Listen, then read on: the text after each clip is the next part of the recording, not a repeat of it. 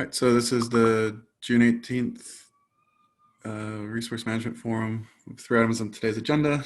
First one was around the topology manager KEP. So I did approve that KEP last week.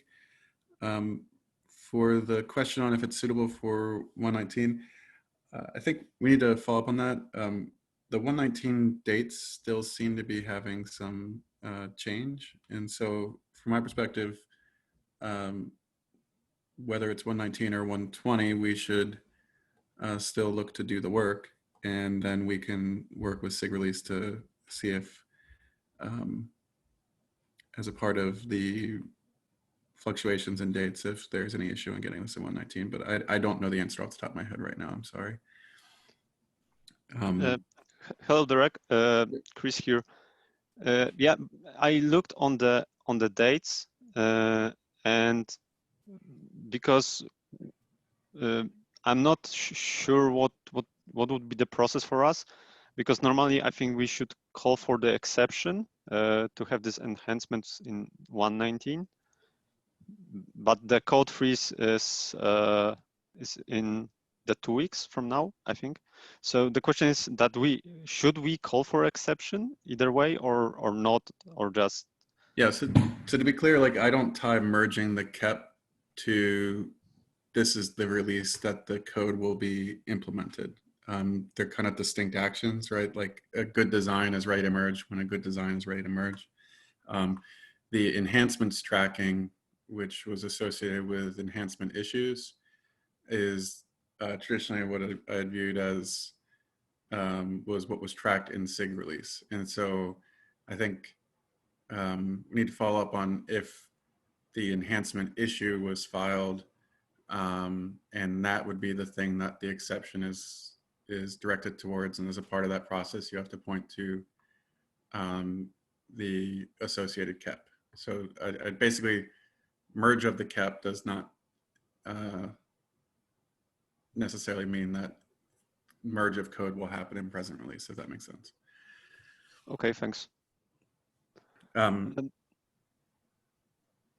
I guess for the larger topic, like I have not seen an implementation PR, at least I don't recall one. So I think we still will need to do that, whether it's 119 or 120. So do you have an implementation available? I mean, we have developed this internally, and we will open the PR probably next week, okay, because we have to go through some process. But I wanted to ask before that, if I open the PR, who should I assign for the review? You can assign myself or Kevin. Okay, all right. I think you'll end up needing at least me to approve, given where I think you'll have to touch, but I think Kevin can definitely cover much of the topology work. Okay, I will do that. Okay, thank you. Thanks. So the next, sorry, go ahead. Related to this PR question, so BG had end of last year a proposal about adding the labels, which will be disclosing the current policy of a topology manager as a node labels. So it can help with like this node selector restrictions when replacing workloads. So I think it might probably make sense to reopen this old proposal and add it to the discussion, because it's a helpful feature in my opinion. Yeah, so the list of labels that a node can self-apply is heavily restricted.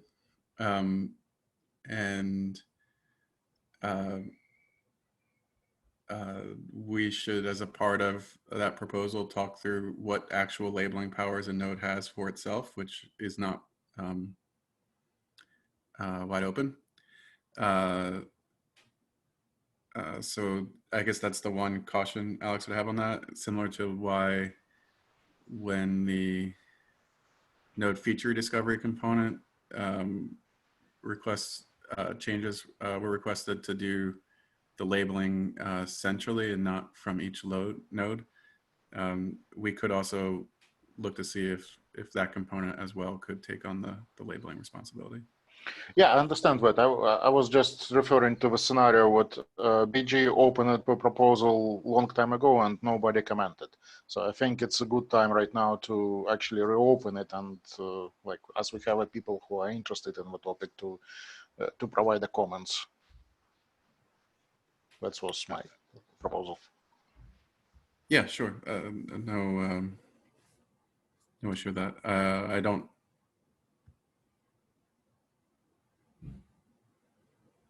Yeah, we'll just have to make sure that that's an allowable label for the kubelet to report, and I think that would require some multi-release rollout plan, honestly. But if we can update the doc for that, I think that'd be fine. For the next topic on, or actually I'll pause there. Were there any other issues you wanted to raise around the pod topology manager?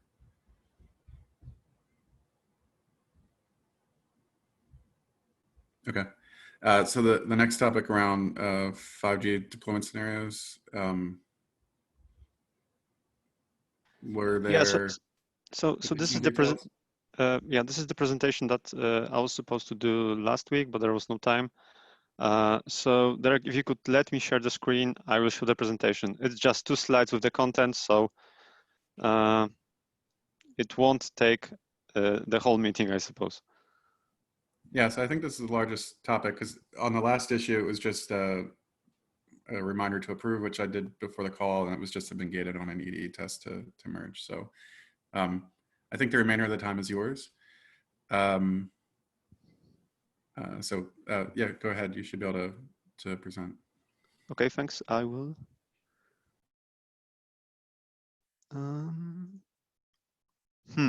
I don't see the button, correct button yet. I don't have the button to share the screen, which is strange. Yeah, so I've made you a co-host. Oh, okay. I have that one right now. Okay. Okay. Do you see the screen? Yes. Great.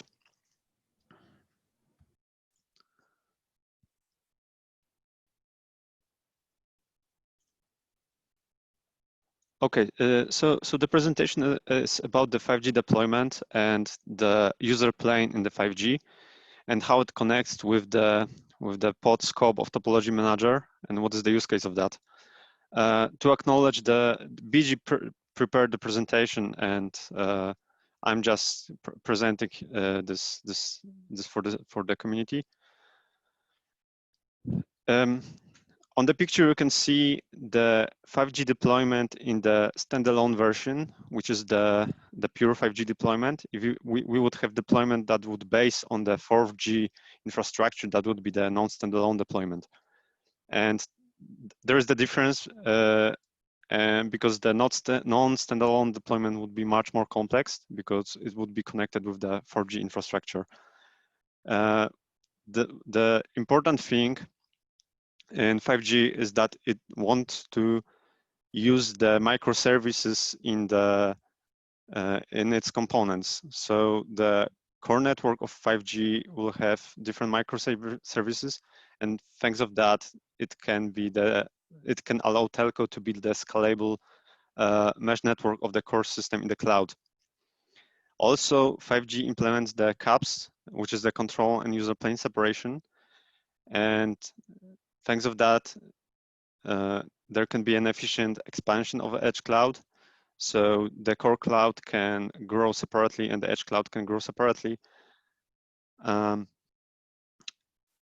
the important thing to mention is that DPDK is mostly in the user plane. Most of the control plane doesn't have nothing common with the DPDK. So the only user plane things, and this is the UPF and the VRAN, require DPDK. Because there is the requirement of the fast packet processing delivering packets and processing the frequencies, and to sustain the 5G KPIs, which are very restrictive. There has to be the best performance possible. The role of the UPF, which is the user plane function, is to inspect the packets, inspection of the packets and switching the packets, and also the network slicing, so we can have different paths of packets based on the type of load, on the type of traffic. So this is very important that UPF is distributed on every corner, so it can be on the far edge of the deployment, in the edge, and in the core. Okay, do you have any questions? I'll ask a question here, if it's all right. Maybe for like shared understanding. Do you see users who are running the user plane functions, running them on a real-time kernel?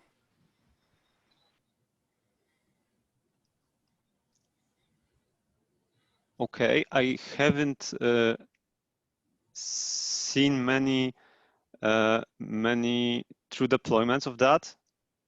But you mentioned that each telco company, each company have different deployments of the 5G, and I don't have any information if it is used or not. Okay. I guess that's the other thing I'm trying to keep in my mind here as well, which is I've seen use cases discussing that environments that are processing or dedicated to vRAN may benefit from real time. And so I've been also trying to think ahead to see if there are any scenarios where performance related topics that we raise in this broader community will also eventually would advocate for usage of a real-time kernel. I think so. Sorry, can I add something? I think that in fact Intel had some presentation that involved real-time kernel to reduce the latency. In fact, so I think it was certainly considered for the deployments that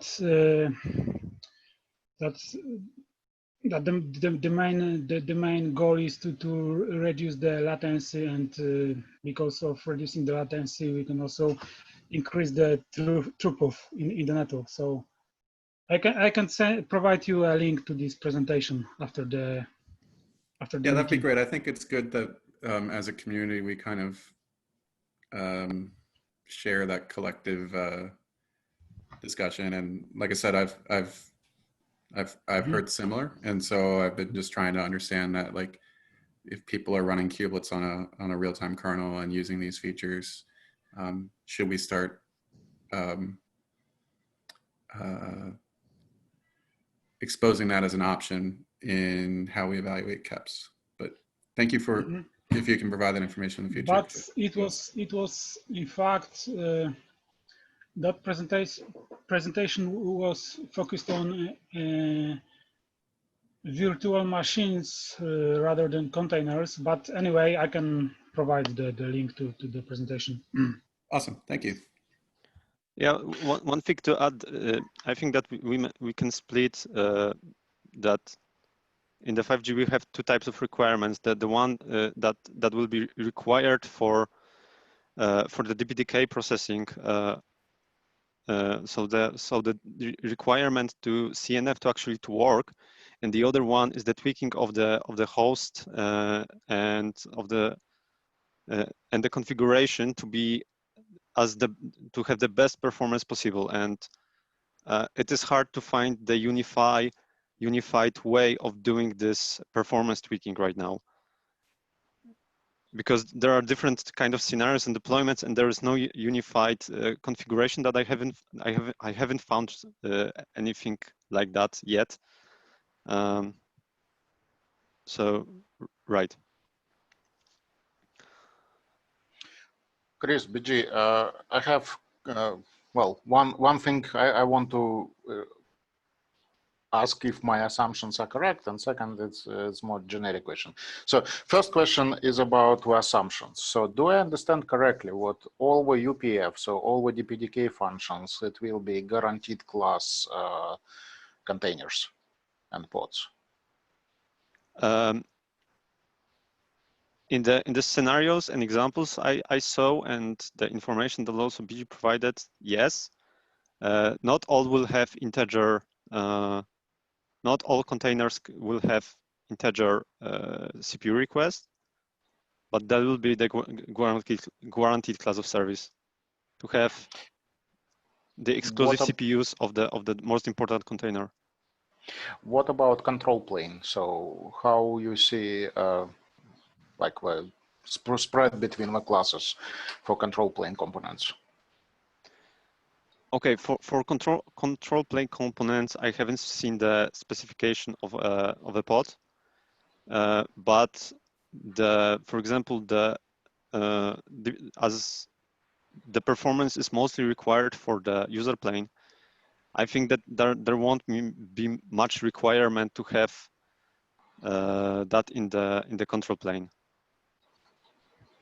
Okay, so the next question is actually about this edge nodes of the deployment.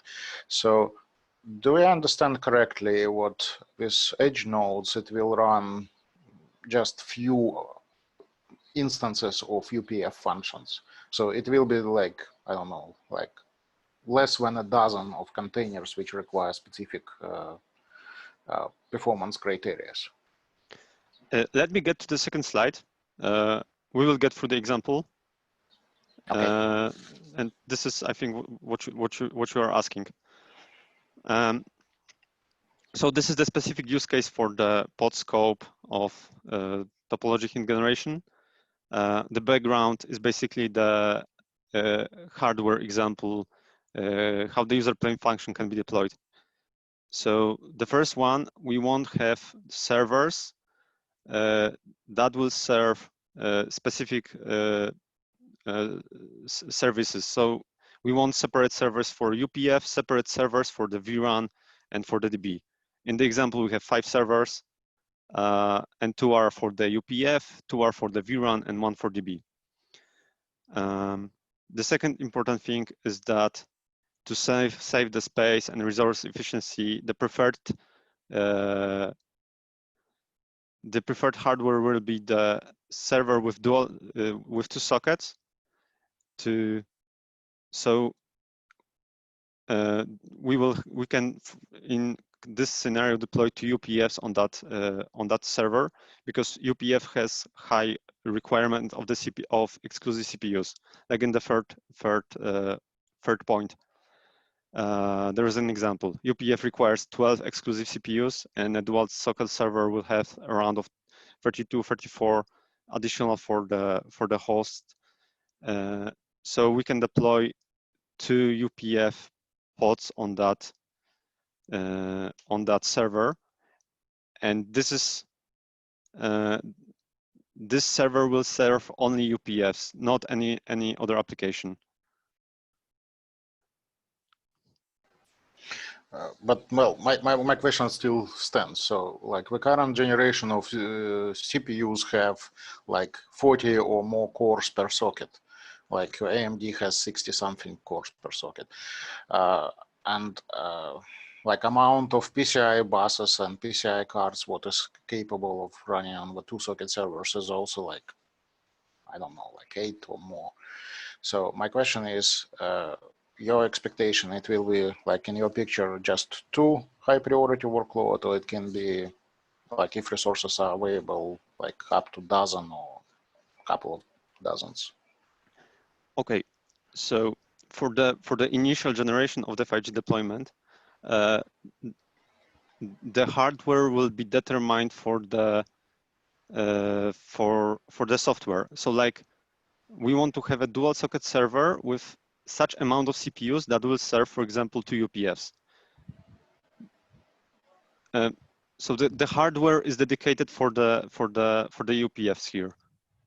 not Yeah. like the other way. We take the hardware with a high amount of CPUs and we apply as many UPFs there. It is the other way. All right. So in the percentage of available node resources, the UPFs will consume like how much of like total resources? Like, is it like, I don't know, like 80%, 90%, or you have some room for like some other periodic tasks, maintenance task on the node? Right. So what is estimated the consumption of resources of UPFs of a node? So UPF will consume the nearly all resources of a node. Like you can see on the example, we have dual socket server with around of 32, 34 CPUs, and the 2 UPF spot will consume 40 CPUs. So only 2 or 4 CPUs will be left for the host and for the software. Mm-hmm. Okay, thanks. I'm not sure if I previously understood correctly the question, but if I still haven't answered it, so please. No, I was just curious about like how much of overestimation of resources is, or like if potential some oversubscribing is happening for, I don't know, like some maintenance or kube system kind of processes, which is like you cannot go around what like Kubernetes is bringing anyway, some few other processes, which is not only your workload. So something in the system will be still running. Yes, right, and there are those 2 or 4 additional CPUs to have this extra space of security here. Thanks. And important part is that probably the first generation of the vRun will use the single socket server, so there won't be any problem of NUMA here. But in the future generations, probably it will use another type of hardware, but still the hardware will be determined for the application, the same like UPF. So going to the point, what is the use case of the pod scope of topology hint manager? The expectation is that we will have 1 CNF, so 1 UPF per NUMA node, so per socket. And actually, the benefit of that is that you can account how many free NUMA nodes, free sockets you have based on how many CNFs you have deployed and how much you can scale. And also the second one is that you can scale those UPFs based on the load. So when the traffic is idle, it is low, you can scale down the UPFs, and when the traffic congestion is expected, you can scale them out. It can be also useful when the network slicing is required, so you can have different UPFs for network slicing. So this is the use case of Podscope topology manager, and actually the Podscope use case is for the UPF, not the whole 5G deployment. Like it was BG mentioned that it is only for UPF. And that will be all. If you have any additional questions. Yeah, so I think BG had shared an earlier form of these slides, which I know I had found very useful when reviewing. So thank you to the team at Samsung for providing your insight to the broader community here. Thanks. I have a generic comment. So please don't assume what you have single socket equal to 1 NUMA node. I saw that when I was presenting, and I hesitated because I understand that it is not equal, and I found out too late after I told that.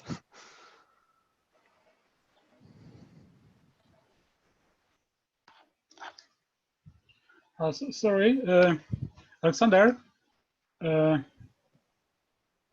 Because I saw and read many white papers from Intel, in fact, about 5G, And I was wondering if Intel has some additional resources or materials about UPF and that you could recommend or. Well, not from top of my head, but I'll try to ask our teams which are related to the network guys. I am mostly working on generic workloads, so like specifics for DPDK, I need to ask my colleagues. Okay. Okay, that would be cool if yeah, but looking at different types of and different profiles of workloads. So what I can say from my experience is what like this assumption of one socket, one NUMA node is really bad in terms of like optimizing the performance of workloads. So for some scenarios like DPDK based, it might be a good assumption, but if we start to look at smaller workloads or more smarter workloads, which knows how to deal with resources, like scenarios where memory controllers running in different mode, it might give additional several % of performance. It really depends on the workloads. It really depends on the environment where it runs. So one of the reasons, just to clarify my thinking when reviewing how we maybe contrast the work, Alex, you had presented, and which was more of a per pod policy approach versus a per node policy approach, is the reason I asked the kernel real-time question was like, if the workload inevitably will desire a node configuration that breaks like the container host isolation boundary, which I kind of view the need to run on a real-time kernel as doing, then it could be that those use cases are where a per node policy will make total sense,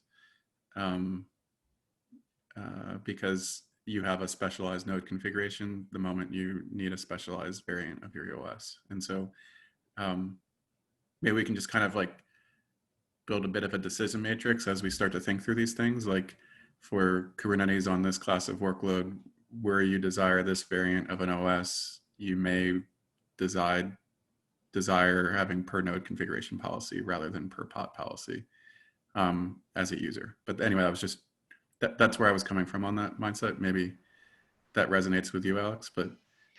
Yeah, regarding the real time, actually, we had discussion, I think last year, it was like some people in community came to us, like private discussion. I think it was from French telecom operator Orange. They had idea about how to use the real-time scheduling parameters for the containers. So we had discussion with, so OCI spec knows about real-time quota parameters. It's just not exposed upwards. So if somebody actually have a good workload which can utilize it, it might be good to think what needs to be done or how to plumb it. That's assuming you need to plumb the real-time parameters or concepts up through Kubernetes versus pick up on any defaulting you might get from just running on a real-time host OS.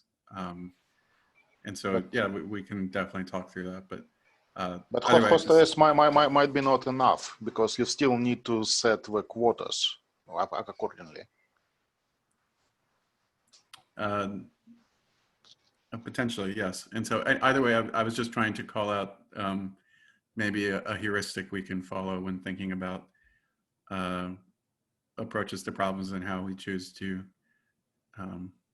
favor one approach for another, depending on the other things that might be configured on that node. So either way, I think unless there are other questions you want to cover on this topic, it does run through the list of agenda items. So are there items that were not captured on the agenda that people want to raise, or? But Derek, have we finished this presentation? I thought it was a couple of more slides and into it. We just sidetrack it to I'm sorry discuss. if I misread it. I thought that was the end of your deck. Chris, BG, is it the end of the deck? Yeah, this is the end of the presentation. I don't have any additional slides regarding that.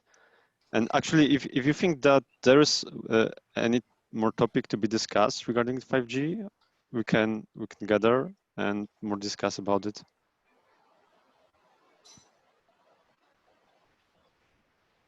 Well, I would definitely will be a bit more interested on the classification of control plane workloads.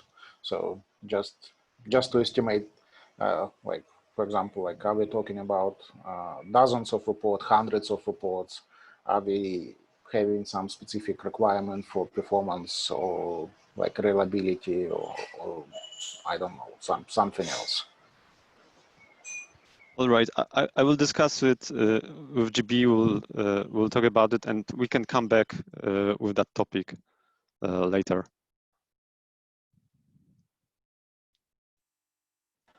Thank you. Excellent.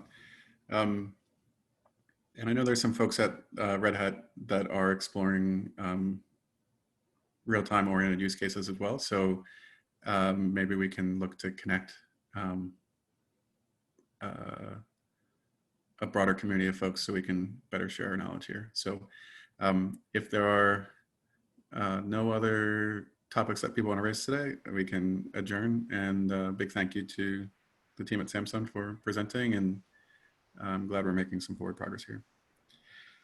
Derek, regarding real time, I'll probably try to dig out contacts what we had from last year. Let's see if Orange guys can join the discussion. Yeah, sounds good. I will try to. I don't know if I can get the right folks on the operating system side here for our next meeting, but I do think that would be an interesting discussion for the community to have. So let's try to queue that up. All right, well, thank you everyone, and have a great evening and rest of the week, and we'll see you in our next meeting. Bye, guys.